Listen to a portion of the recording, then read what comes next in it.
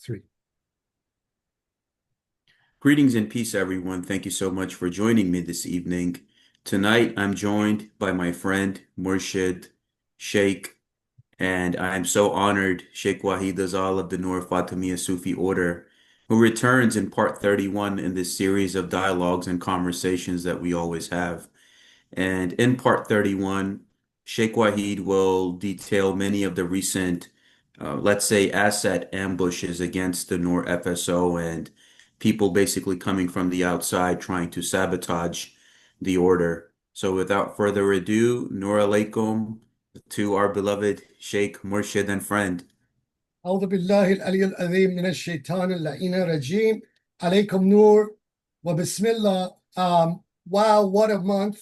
And Jesus Christ, what a great time um, to be alive. I have lived through Spy versus Spy over the last month. If anybody remembers that old comic from the 70s and the 80s, I have been doing that, but I have outwitted an espionage network and their asset who is, as of right now, completely radioactive.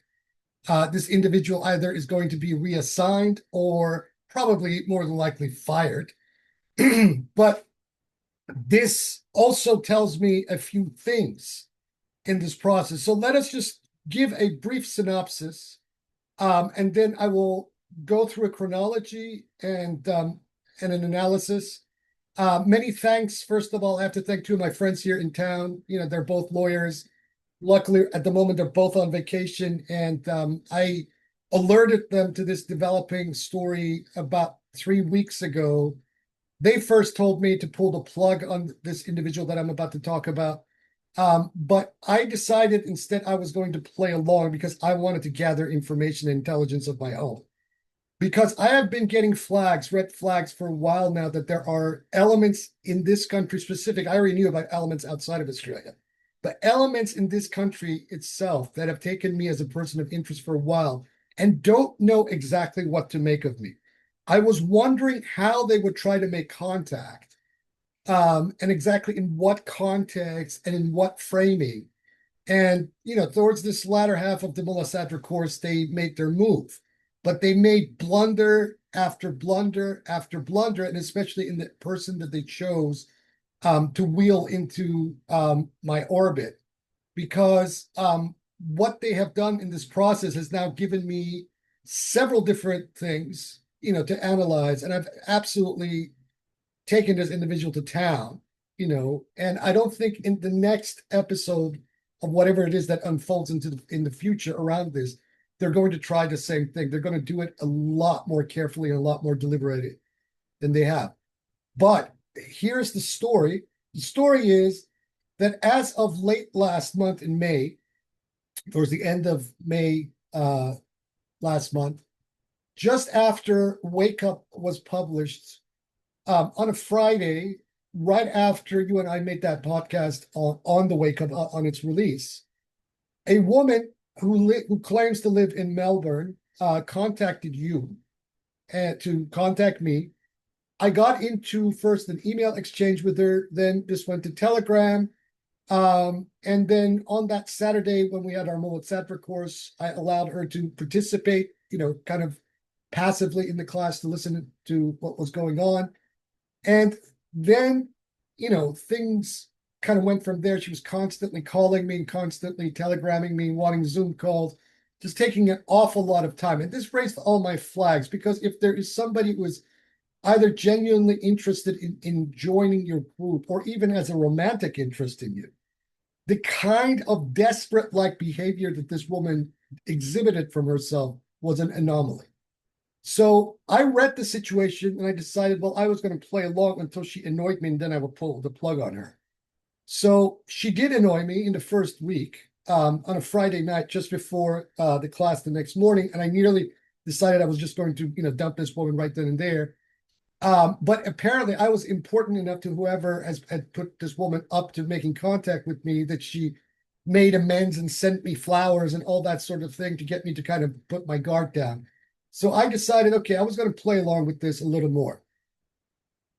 To make a long story short, she came out here to visit me in person on my invitation, but also I lured her here because I was not about to pay money to go out to Melbourne to meet someone who I was not 100% sure of and who I had large suspicions based on her kind of framing and the kind of method of conversation that she was pursuing, which was very clearly almost a textbook profiling tactic that she was employing in our online conversations.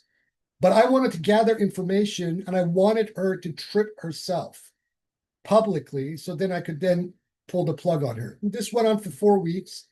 So about 24 hours after she left here and she had seen me in person, she made a gigantic blunder. Now, whether this was because, there was timing was of the essence or whatnot is another thing. And she walked me into an ambush with these identitarian far-right Euro trash fascists, the people that I'm in public known to be a claimed enemy against. And given this, I decided there was one of two options. I could either lurk and just, gather information about these people. I was not going to do any podcast with these people, which is what she wanted. Or I could just blow up the situation and get out because I had accumulated enough information already to frame this woman as being a saboteur and some kind of a soft asset agent of either a intelligence adjacent organization or maybe from the Department of Home Affairs or one of the alphabet of law enforcement agencies itself in this country. I am leaning more to the narrative that this woman is not a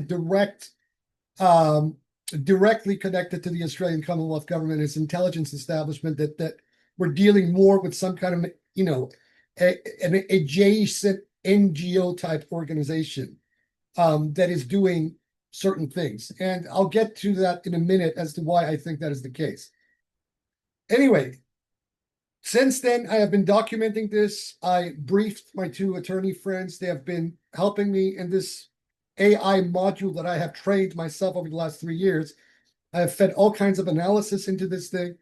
And, the patterns are there. So it's, we're just going by pattern recognition, and I'm doing the analysis after that pattern, that pattern recognition. Several things crop up. Number one, this whole month and this whole behavior of these people has fingered a couple of things. Number one, that the Ahmadi religion of light and peace is very clearly and unequivocally a Western intelligence asset. And they are not happy about the fact that someone like me is not repeating the echo chamber talking points of a lot of the Muslims or Christians online who are denouncing that. My tack has been completely different. I have come from it from a very meticulous, analytical, historical, critical, and also critical theoretical perspective. Never mind, the metaphysics and whatnot. So my approach to these people has been a very clear and unequivocal threat. So whoever these people are, whatever they are, they were behind the FB suspension. Now, this suspension by Facebook itself gave me a real interesting opening because the suspension didn't last any longer than 3 weeks. I sent a letter of demand to the Facebook Meta office here in Sydney. Within less than 7 days, I got a reply by a law firm based right here in Brisbane itself. We're trying to pass the buck, claiming that they have nothing to do with Meta Corporation, that Facebook, Facebook Australia or Meta Australia is a different entity. It's a bullshit deflection tactic. They are the same company. So I wrote them back, read them the Riot Act by the law, informing them that I had, basically initiated a complaint with the Queensland Human Rights Commission against Meta because they have actually violated a litanies of laws in this country. Within less than 7 days after that, I received a response from this extremely high-powered law firm based out of Los Angeles, basically saying the same thing. But it's very interesting that these people on behalf of Meta and on behalf of Facebook, basically decided that they were going to back down on this. So they backed down. They made a couple of admissions that in a legal, or if this ever gets to a court or even a tribunal to this country, is going to establish bad faith on the part of Meta Corporation. But they made a couple of admissions. My account was reinstated, and basically they backed away while deflecting that Meta Australia and Meta USA are two completely different entities. This argument will not be bought in an Australian court or tribunal by any. I mean, they can try their luck, come here and give it a shot, and see how far they get with that. They won't get anywhere. So that's where the Facebook issue stands. But it is interesting that this woman showed up exactly 4 days before the account was suspended. And, she escalated her tactics within the window of time when I got the Facebook account back. So what that signals to me is that there was a desperation in an operation that was implemented targeting me and the FSO. And because I wasn't playing along, right, and they had probably gathered halfway through it, probably by the time she was here, they had pretty much gathered that I was onto their game. They had an urgency in trying to, wedge me and, place me with these dark web accelerationist, fascist, scumbags in Sweden, primarily represented by that Alexander Bard, as a kind of a tactic of both profiling and discrediting me, knowing full well what I feel about these people, and that eventually there would have been a blow up between me and these people, because I freaking hate these people, that to me, a good fascist is a dead fascist. So this is what happened. I allowed this woman to come here for several different reasons, besides the strategic and my own counter espionage, knowledge. I allowed her to come here into my domain for a very, very specific reason. I first of all made sure that all my neighbors were home at the time. I informed my two friends, the two solicitors I mentioned, that she was coming. So I was being watched by my own networks, local networks here, while this woman was here in the house, so I could check her out. It was very interesting, this visit of hers, because I got to really scan this woman on an energetic level. She thought that she was going to do that with me, but ended up being scanned herself. And what I discovered was basically my worst suspicions. I deliberately, for example, held this woman's hand to feel her energy. And this woman was as cold as ice. For all her pretensions of care and love and all that kind of stuff, she was just cold as ice, an ice queen. I also kind of on an intuitive level immediately gleaned that much of the narrative that she had been telling me about her personal life was more than likely concocted and not true, or exaggerated, or even completely made up. So I got that out of her. But then on top of that, I brought her literally like a lion or a spider that lures prey into its lair. I did precisely this very thing and lured her into this very room that I work out of, both magically and intellectually, and got her to hold a rock, which is a ritual rock. Its origins is with the Aboriginal people of this land. It's from the valley. And I have also infused quite a lot of theurgy over the last 6 years into this rock. And my motivation was to basically see whether what the spirits attached to this rock would do. So she held it. Within 24 hours after this woman left, the mask came off, right? So this tells you that on the occult level, I got her. Now, it was interesting that from the first moment that this woman stepped into my flat here, the kind of thought patterns and psychic signals that I was getting from her were violent ones. This is very rare. Whenever, for example, one is in the proximity of people of goodwill, one doesn't detect, one doesn't get violent thoughts. This is the sort of things that I pay attention to as an occultist. That I always pay attention to this. I know that these are not projections of the mind, that these are signals giving you information about the people that you're with, so that whatever mask that they're putting on, your own inner intuitive fine-honed intuitive skills has the ability to penetrate through the mask. I can do that. So I did that, and I decided, okay, I was going to be completely passive for the whole day and gather as much information about this woman, there as I could. Like I mentioned, I held her hand. I felt her energetically. She was as cold as ice. She had walked in to the place, and I was getting all kinds of violent projections coming from this woman right away. Then I let her talk and do her thing.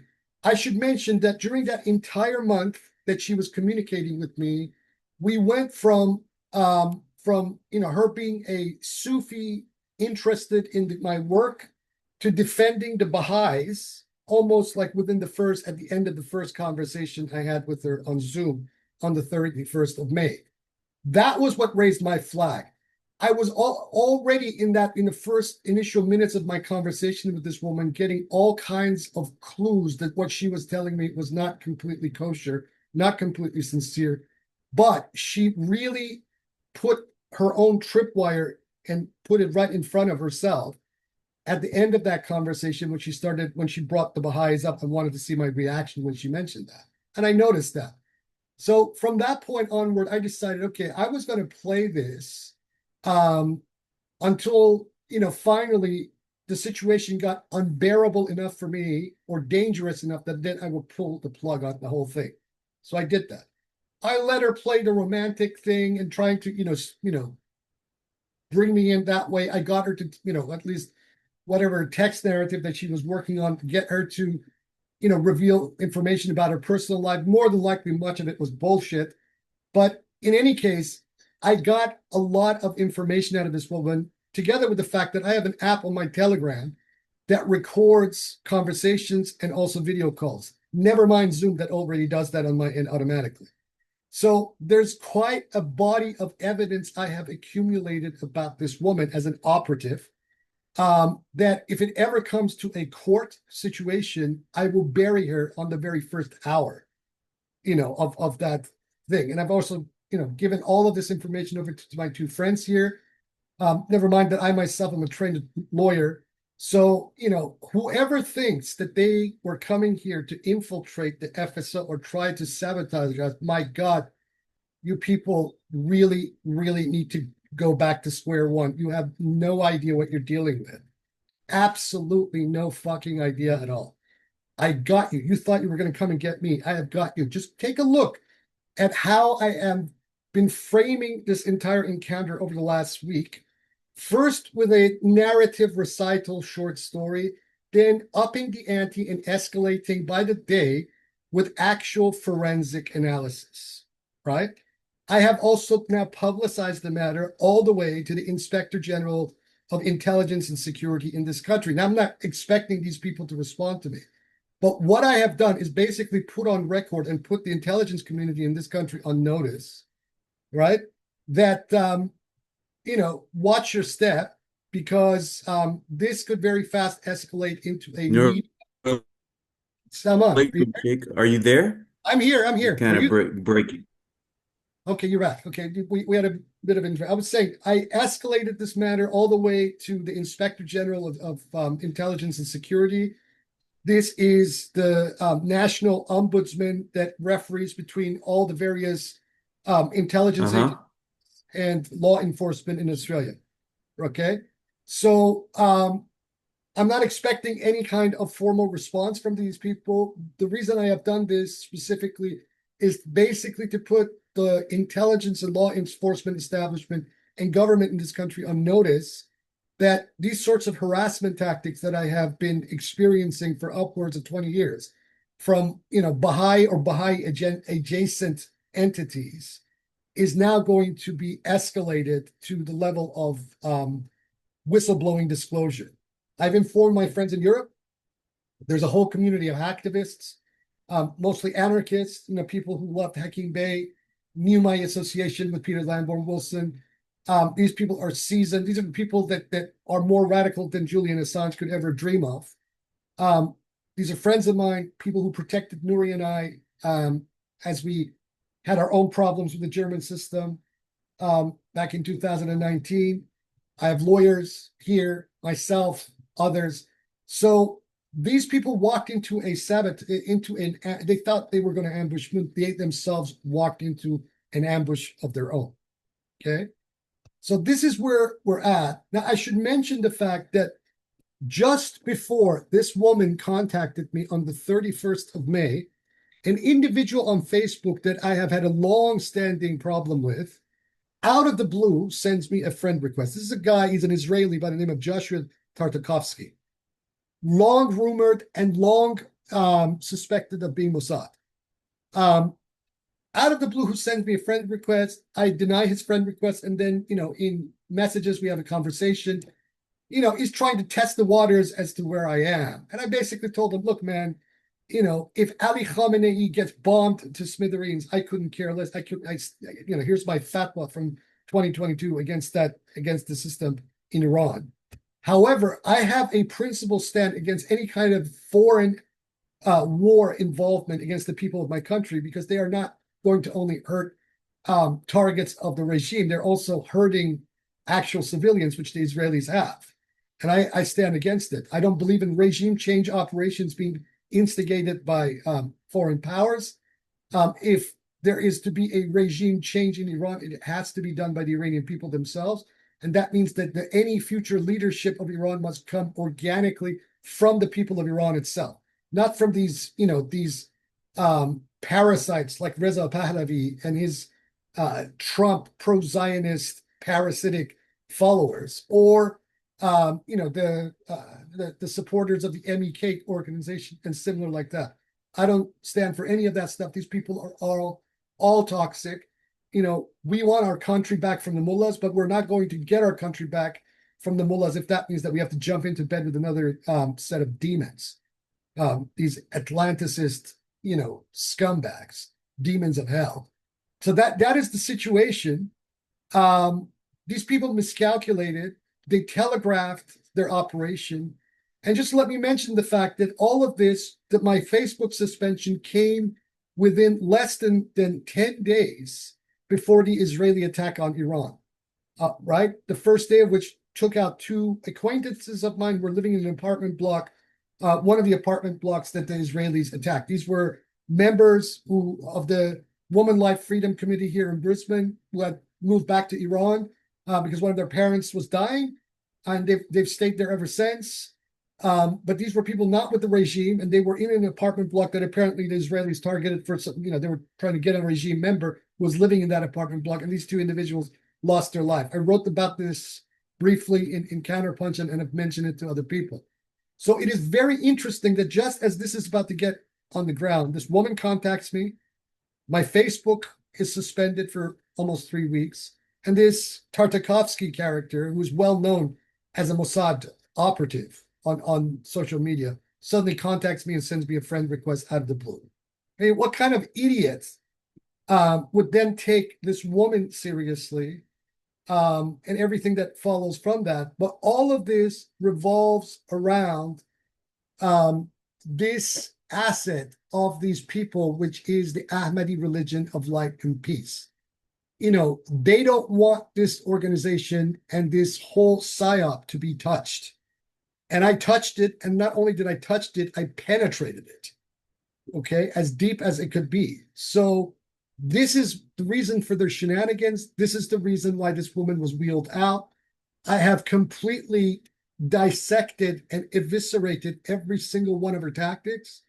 I have put the entire tally of our conversations on Telegram, fed it through the artificial intelligence module that I myself have trained for the last 3 years. And the analysis that it's pouring out is beautiful, as you've seen for yourself. So these people have nowhere to go. And if they want to escalate at your peril. Because what will come, because I know a lot more now than I'm even saying on my blogs. That means that if you escalate with me, that I will blow the lid off your entire operation. And there are media people here that are salivating to take this story, right, and embarrass a whole litany of actors, whether in this country or outside of it. You want to play ball like that? Let's rock, right? Now, the fact is, as I've mentioned before, for some reason, I appear to be a threat to a certain narrative that the Atlanticists are trying to push about Iran. They know that I'm not with the mullahs, that I hate the mullahs' guts. They know that. But for some reason, they are perturbed by the fact that they cannot recruit me or try to redirect the Fatimiyya into this narrative of their own regime change in Iran. And they will never succeed in that. And I believe that one of the reasons why we're seeing a notoriety in the Ahmadi religion of light and peace is precisely for that reason. They needed someone like me. They never managed to get me to come to the party, so they had to concoct this organization with this fake Mahdi, who has stole an awful lot of ideas from me in that bullshit book of his The Goal of the Wise, in order to foment some kind of wedge pushing in the Islamic world, for their interests. And then eventually they'll probably pull the plug on Abdullah Hashim and that whole cult of his, as you know, it's pretty inevitable that's going to happen. So there we are. I am a threat, not because I am fighting for the other side, because they know I'm not fighting for the other side. I want the other side gone just as much as they do. But they fear me because of my independence. And this woman very specifically was attacking the Bayān. She was adamant and insistent that I need to abandon the Bayān. As if, who the hell are you, to even suggest something like that? Let alone to even think that this is even a possibility. I mean, she came here, and I was looking her in the eye, and she was doing this kind of stuff with me. What was very interesting, within the first hour after she was here, I looked her in the eye and I asked her very point blank, did the Baha'is send you? And the look of absolute panic was in this woman's eyes, right? And she said, didn't answer me with a yes or no answer. She said, what do you think, right? And I dropped my head and I said, okay, I'm going to let this fly for now because I know she's obviously prevaricating. And I said, no. But it wasn't over because I was going to now get that information myself from her through the other layer of my weaponry, and that was the occult itself. And I got that information crystal clear right out of her.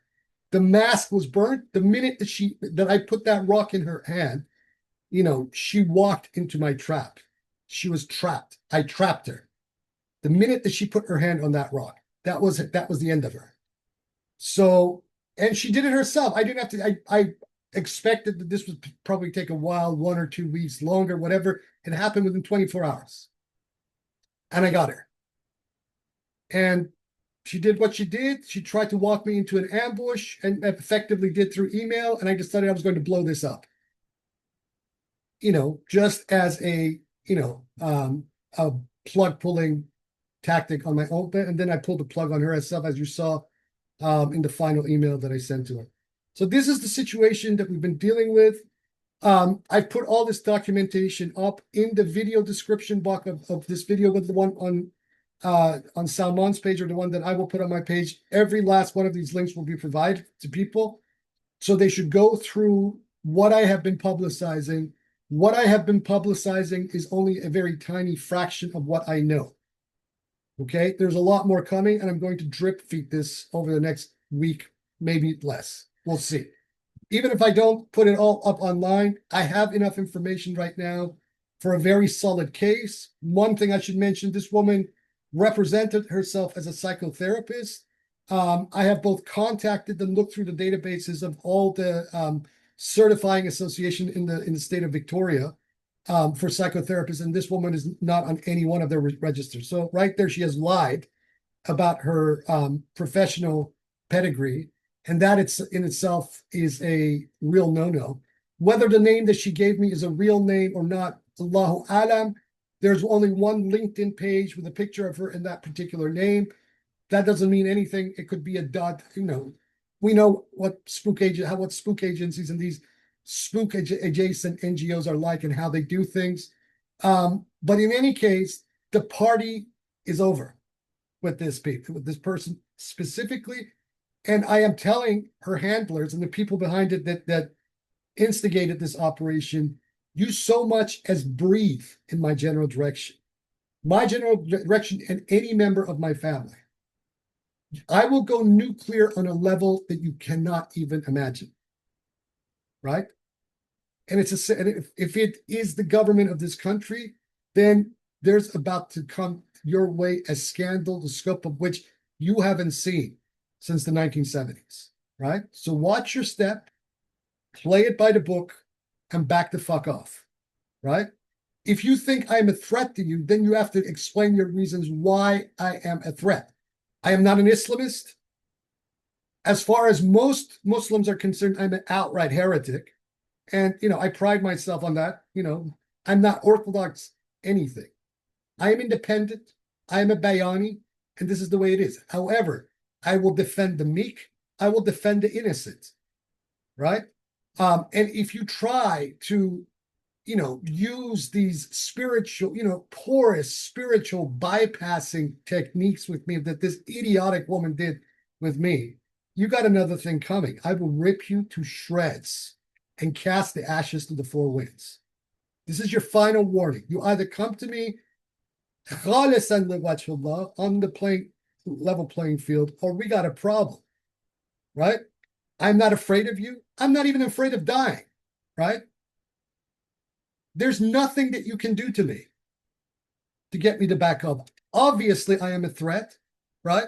And that is actually very positive feedback that I am getting from certain actors on the world stage as to how effective my work has actually been. That they go to these sorts of lengths, try these absolutely transparent infiltration tactics. That tells me everything I need to know about how effective I've actually been.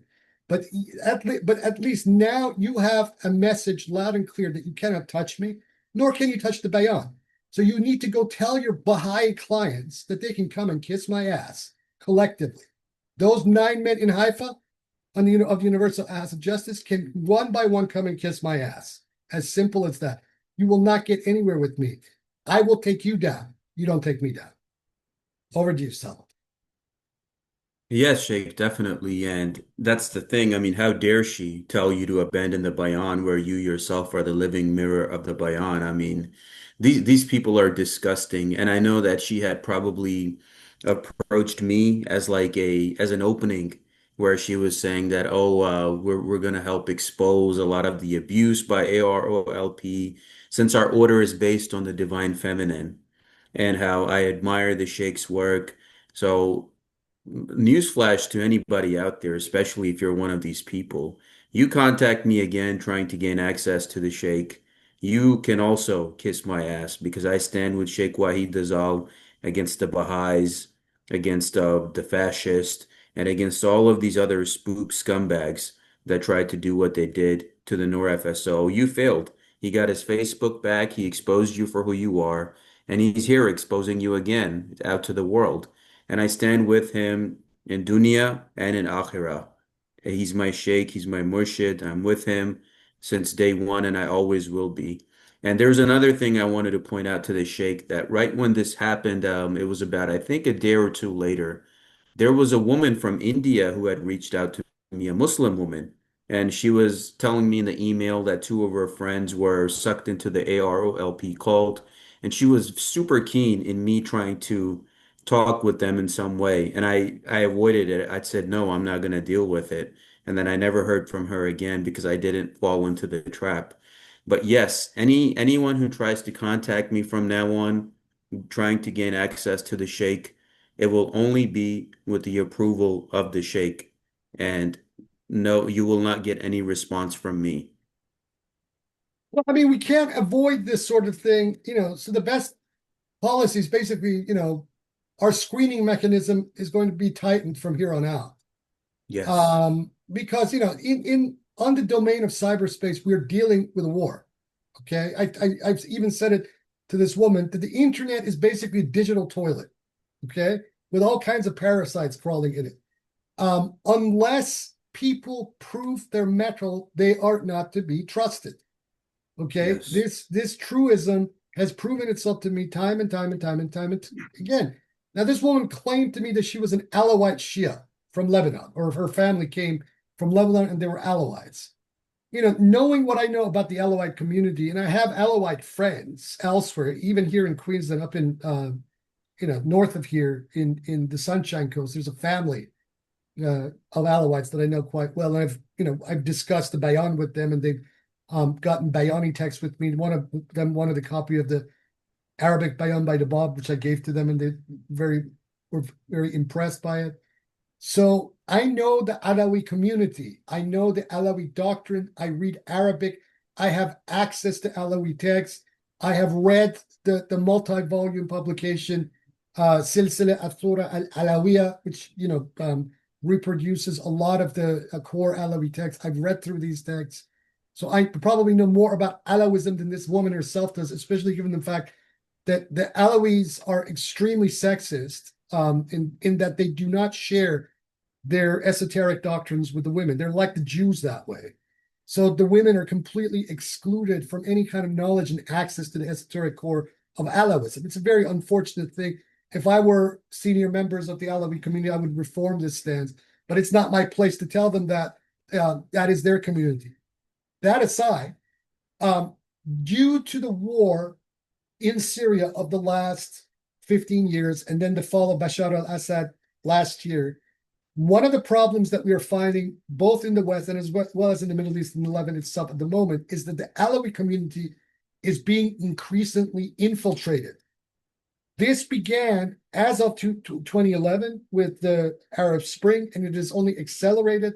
So there are great parcels of the Alawite immigrant community, whether here in Australia or elsewhere, that have been infiltrated by Western intelligence agencies or soft power, intelligence adjacent groups and whatnot. And this is something this family up in the Sunshine Coast has revealed to me, because they were very active and they were Assadists. They know I didn't support Bashar al-Assad, but they themselves were Assadists and they supported Bashar al-Assad. And the kind of information that they gave me about the problems that they're experiencing in Australia in the wider Alawi community was quite revealing. That the intelligence community of Australia, which is plugged into the Five Eyes, which is basically the CIA, MI6, ASIO, the Canadian version of it, etc. They were really pushing hard for the infiltration of the Alawi community to basically break them away from the Ba'athist and the Assadist kind of angle, because they wanted to take Syria down, and the Bashar's regime, they wanted to eviscerate it. So this has been their problem. They succeeded, and this woman, if she is indeed an Alawite, she was Arab, she was Levantine, she knew Arabic, so I give her that.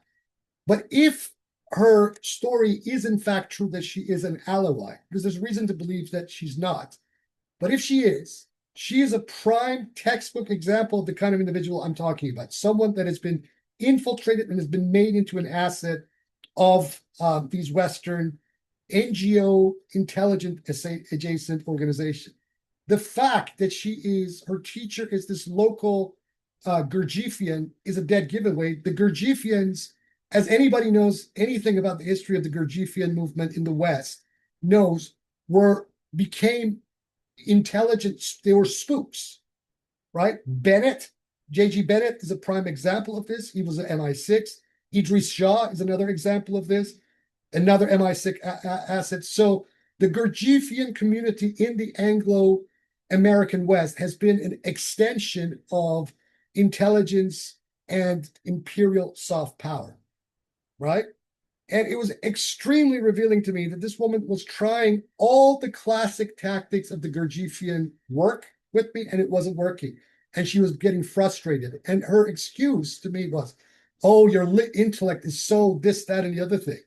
Try to live in your heart, spiritual bypassing, this whole dichotomy that they push between the intellect and heart. And I read her hand, I nodded, and I found this woman extremely stupid. It's like, who in the world do you think you are even dealing with or talking to woman? It didn't work, right? And this frustrated her, that she was not able to hack my mind like she's probably done it with all kinds of other people. And this became an enigma to her. But I know these tricks like the back of my hand. I have studied these groups over a lifetime, a lot longer than she has been, able to cogitate these ideas. And I have dissected them and analyzed them, and I know every last one of their tricks. Gurdjieff, as Guénon and as all of the neo-trats, to their credit, correctly identified, is a counter-initiatic current.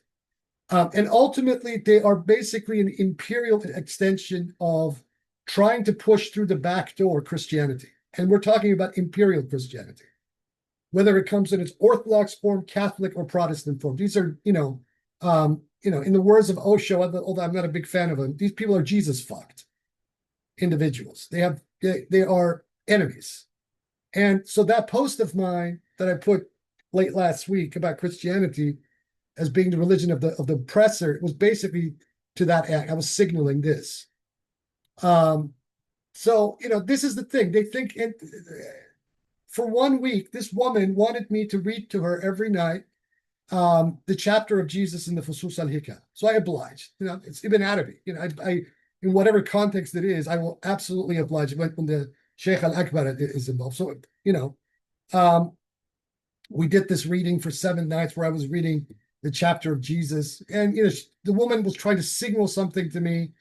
And it's like, what the hell is this woman trying to signal? I mean, I have read this thousands of times, together with all of the various commentaries. I have my own spin and approach to the entirety of this book.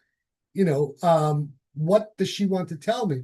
Well, what she wanted to tell me, the long and short of it was that, she was trying to get me to drop my defenses and try to proselytize this fourth way Gurdjieffian Christianity to me.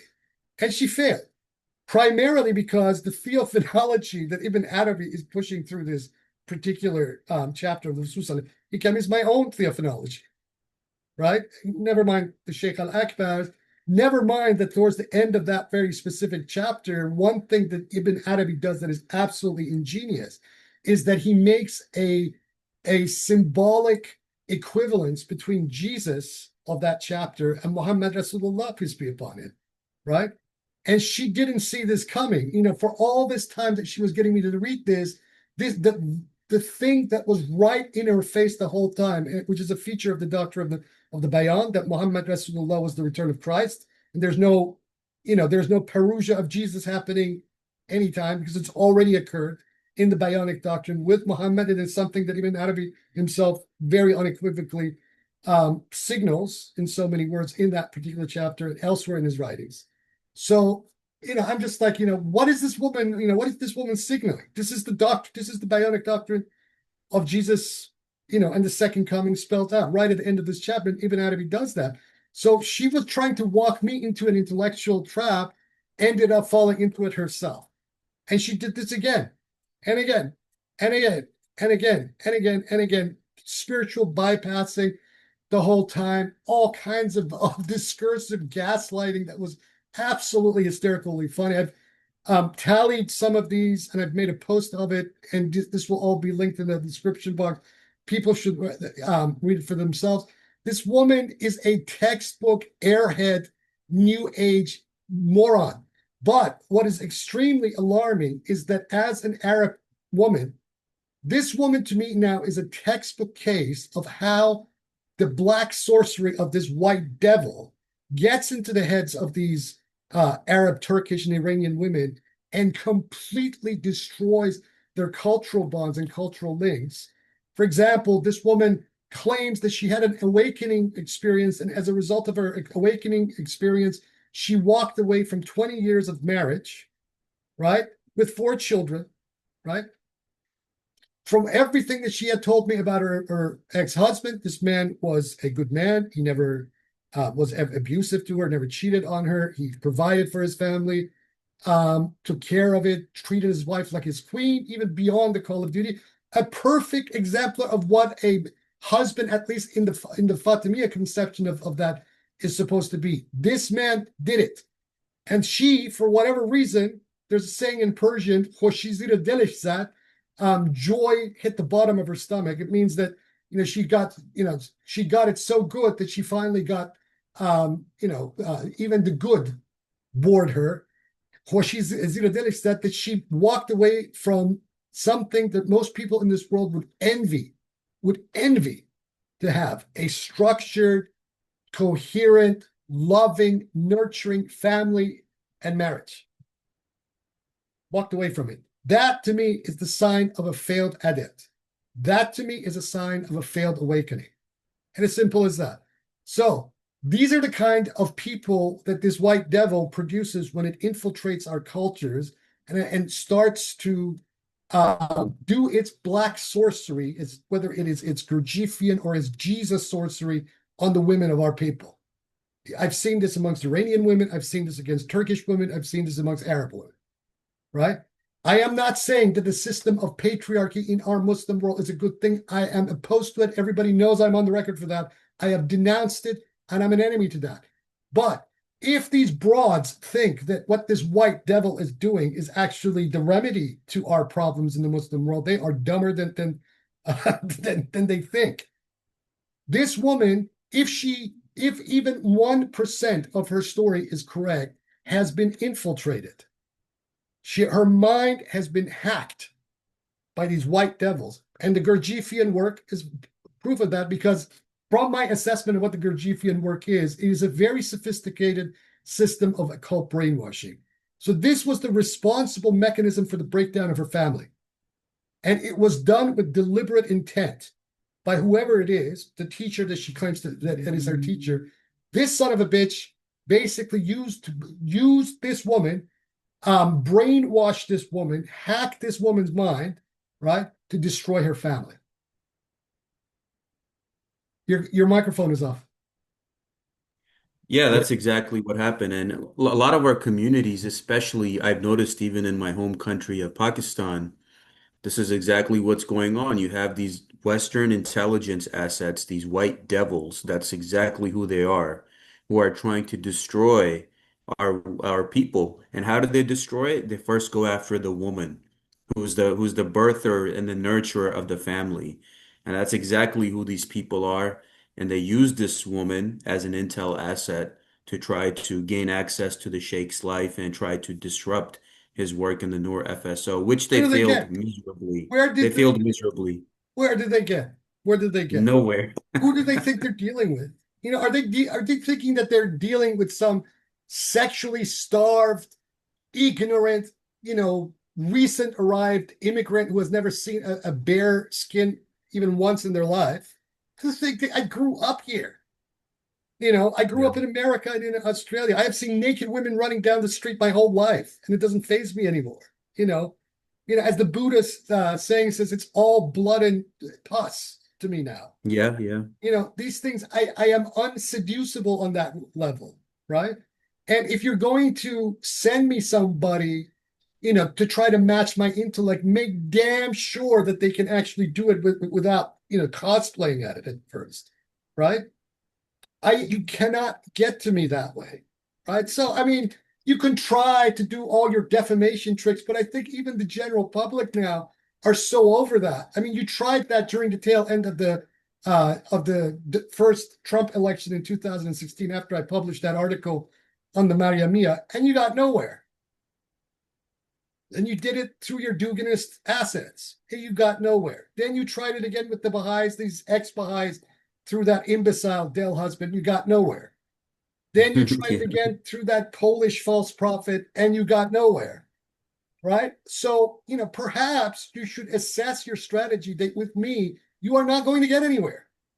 That I am maintaining this principle stance beyond death itself. Because even if you take me out physically, in the eternal words of Obi-Wan Kenobi, I shall become more powerful than you can possibly imagine.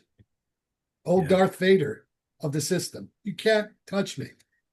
And there's another thing that I have to address to the enemy, that ever since I came to Sheikh Wahid Azal in the Noor FSO and accepted him as my brother, Murshid, Sheikh, and friend, my life has been totally different. And it's this aspect of divine protection and the divine opening and unveiling that comes into one's life. So you're dealing with someone beyond your comprehension. I'll just put it to you that way. And you're not going to get anywhere with this, like this recent event has demonstrated.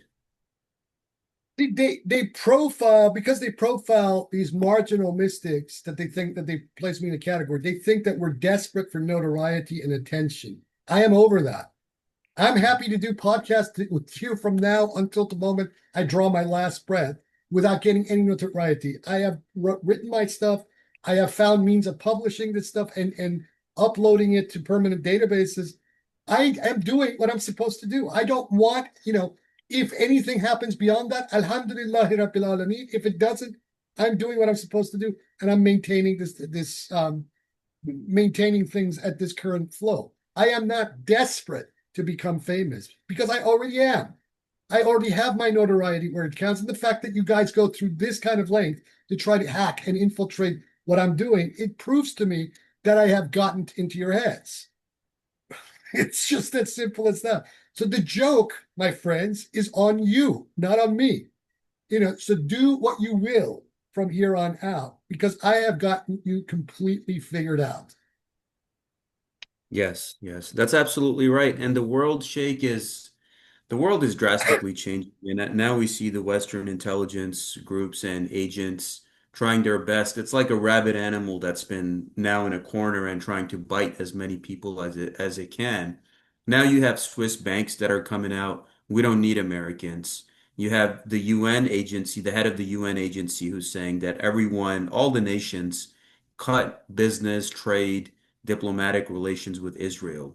So now America, Israel, and all of the people associated with them are now being isolated in one corner while the rest of the world is going into the other corner Yeah. with higher quality of life, business, Yeah. medical, education.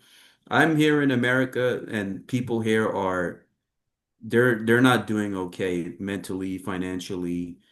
Even Trump just recently passed this bill, which is going to cut Medicare, Medicaid, food assistance for needy families. I mean, it's only going to get worse and worse here. And this is a unilateral karma that these people are facing for years and years and years of Well, oppression, but there, I black mean, and brown people of the this, world. this woman was worried about radicalization, and these anti-radicalization and anti-extremism network NGOs in the West are clueless. I've frequented. Roya was associated with two of them in London when I first met her, and you know she was just like, these people are morons. They don't know what they're dealing with. But what you just said is the prime reason why radicalization occurs, whether it be Yes. immigrant community or otherwise.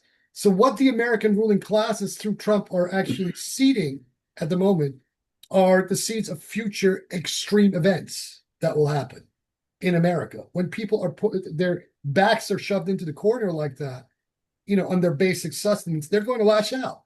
And there's no amount of surveillance statism that you can implement that will stop this stuff from happening, especially if you occasionally get people within either the corporate or the governmental structures themselves losing the plot and going nuclear on you, right? But you are ensuring this is going to happen. America and its allies imposed this neoliberal austerity regime in economics and the world, right? Now it's turned inward and is imposing it on itself. If they think that the consequences are going to be any less different than what they got elsewhere, they are clueless. They don't know what they're doing, right? But Yeah. all this means is that the Western elites, and these Western Atlantices, owners and controllers of financial capital, are basically starting to pull the plug on their own societies. And they know very well that the next phase is coming from the East, that the new emerging economic power will be China for good or ill, followed by Korea, and the rest of Asia and whatnot. Look, in this 12-day war with Iran, as devastating as it may have been for Iran on some level, Iran effectively won. Yeah. Very Yeah. few people are talking about it. This is unprecedented. America involved itself. Israel for 12 days was bombing and assassinating people and just unleashed mayhem. Some of the unofficial figures put the number of Iranian dead at 5,000 people.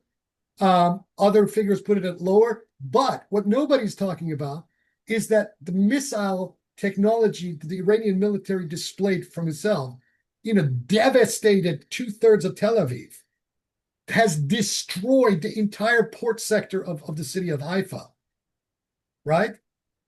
Israel was being marked. I mean, they were coming close to complete collapse. They were attacking Iran. They attacked those nuclear facilities of Fordo and Natanz and Isfahan. But the Iranians were just like throwing one after, and these were the really sophisticated missile technologies that the Iranians have themselves engineered that beat the shit out of these Zios, you know, and started. And if you look at some of these pictures that have been released, they are looking that parts of Tel Aviv and Haifa look like Gaza itself. This is saying something, right? And then for them to want a ceasefire that they brokered through Trump, right, is a milestone. I mean, we have not been here in the last 80 years. So Iran is effectively, as of right now, whatever happens in the future, the only country in the Middle East in the last 80 years that has defeated the Zionist entity. And they deserve all the respect in the world for that. It doesn't change my sentiment about the IRI. I fucking hate these people. Ayatollah Khomeini and the rest of them. But you give credit where credit is due, and what Iran did in this war was unprecedented. This is historic. Yeah, that's right. And they also hit their refinery in Haifa, which was like their only fuel supply. And one thing they showed to the world that Israel is not invincible with the It is Iron not. Dome and what they were showcasing to the world. No, they're not. And it showed the world. Yeah, it It showed showed the the world. world. The myth of Zionist Israeli invincibility has now been permanently shattered. And even Yeah. if they manage to take out Khamenei and other senior members of the Iranian regime, this doesn't change a thing. At this particular moment in history, the myth of Zionist invincibility was shattered forever. It also revealed the extent to which Israel is dependent on the United States, without which it would tank tomorrow. That's right. There's a reason why they call the Persian people the immortals. They existed since the beginning of time. They will exist till the end of time, and they showed you who they are. And Oh, they're this they're is still what we showed standing. these motherfuckers, excuse my French, is that Ahura Mazda is a far more powerful being than Yahweh is. Oh Yahweh yes. just got his ass kicked and handed to it on a silver platter by Ahura Mazda.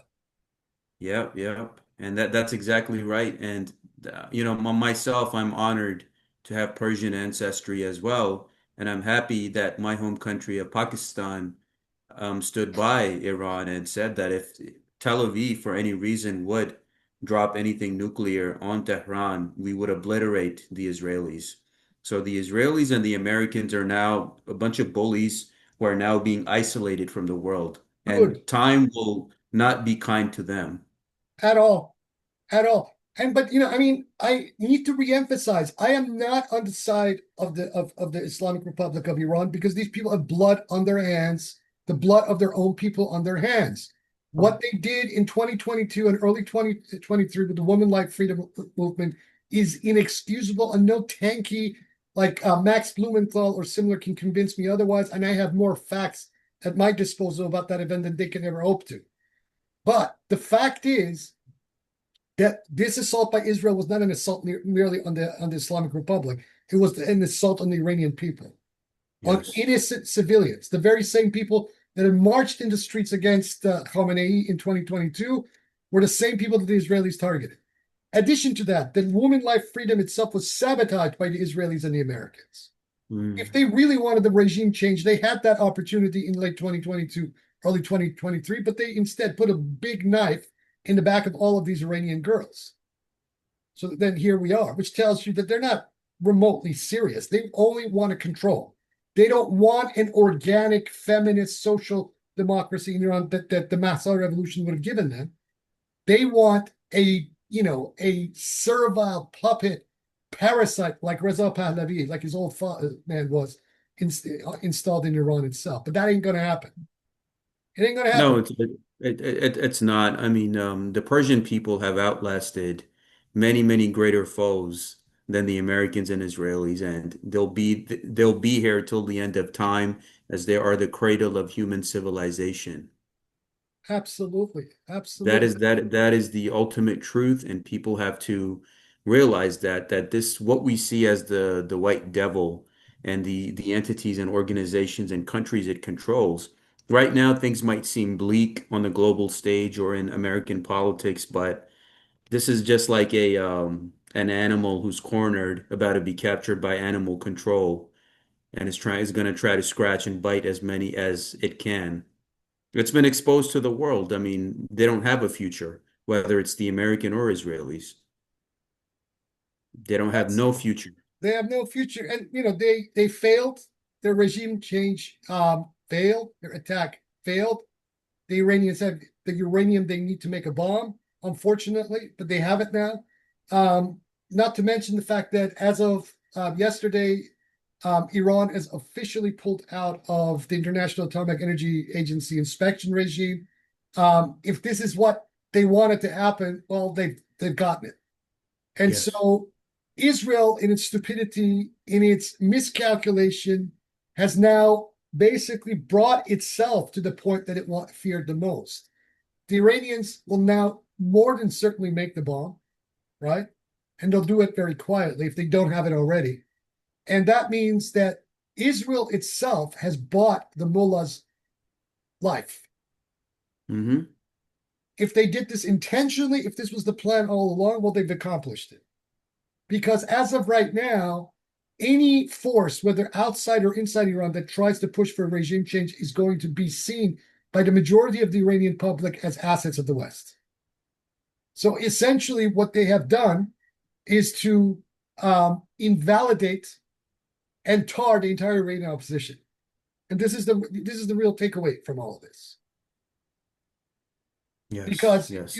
That's right. this is Yep. the problem. And they did it first during 2022-23, and now they've done it again in this fall. So the question is that perhaps these Americans want these turbans perpetually in power. They don't want a stable Iran, a semi-secular Iran, something without these lunatics that have been on the for the last 40 years. They don't want that. And if they want something to replace it, they want a puppet like Reza Pahlavi. Hmm. And And I think, this has put the Iranian opposition in the unenviable position of having to choose between one or the other. and you're right, Sheikh. I think what's going to happen now is Iran has basically showed the world that we basically made deals with you. We participated with IAEA, with the UN. We were law-abiding good people. Yet that was not good enough for you, which also shows to the world that this white devil, whether it's the Native Americans or any other person they made treaties with, deals with, they're unicorns. They're always going to stab you in the back. You They're cannot always trust this me. this white shaitan is proven historically for the last 500 something years that it cannot be trusted. Why people think, after all the examples that all of our ancestors have had for all this time, that this white devil cannot be trusted? Why do they continue to trust this guy? This is why, Exactly. even though I don't like the Chinese Communist Party and consider China an authoritarian state, just as a strategic interim, I want China to win this economic war against the West, to bury the power of these Anglo-American Zionist elites permanently. Because from there we can build something. Because then, we would obviously resist a Chinese dominated world, but it is, the liberation of the world, unfortunately, looks right now that it leads through the road of Chinese, triumph over these Anglo-Zionists. If the Chinese manage to kick the ass of these Anglo-Zios, then we're on our way to full liberation. It won't happen fast. It'll take a couple of generations, but this is the first step to it. But first, these shayateen, these iblises need to fall, and the Yes. Chinese are doing it. And kudos to that. Let them do it.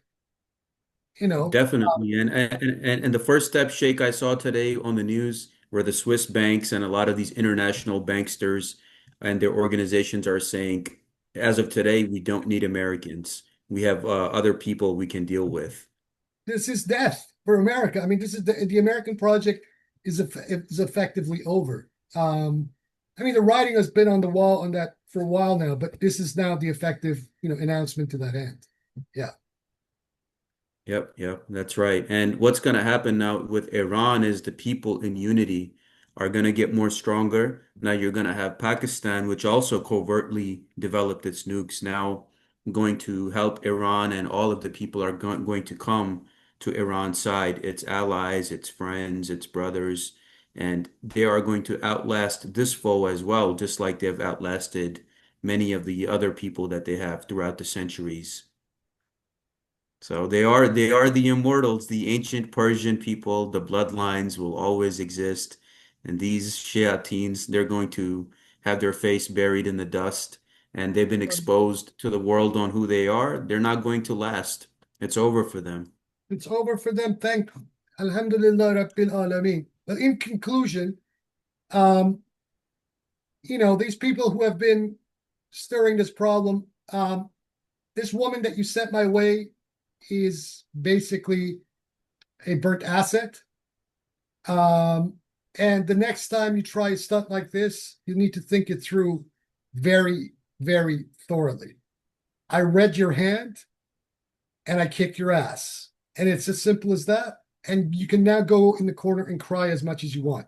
But the next time that you pull a stunt like this, you need to up your game and you need to have a lot more deliberation in what you're doing.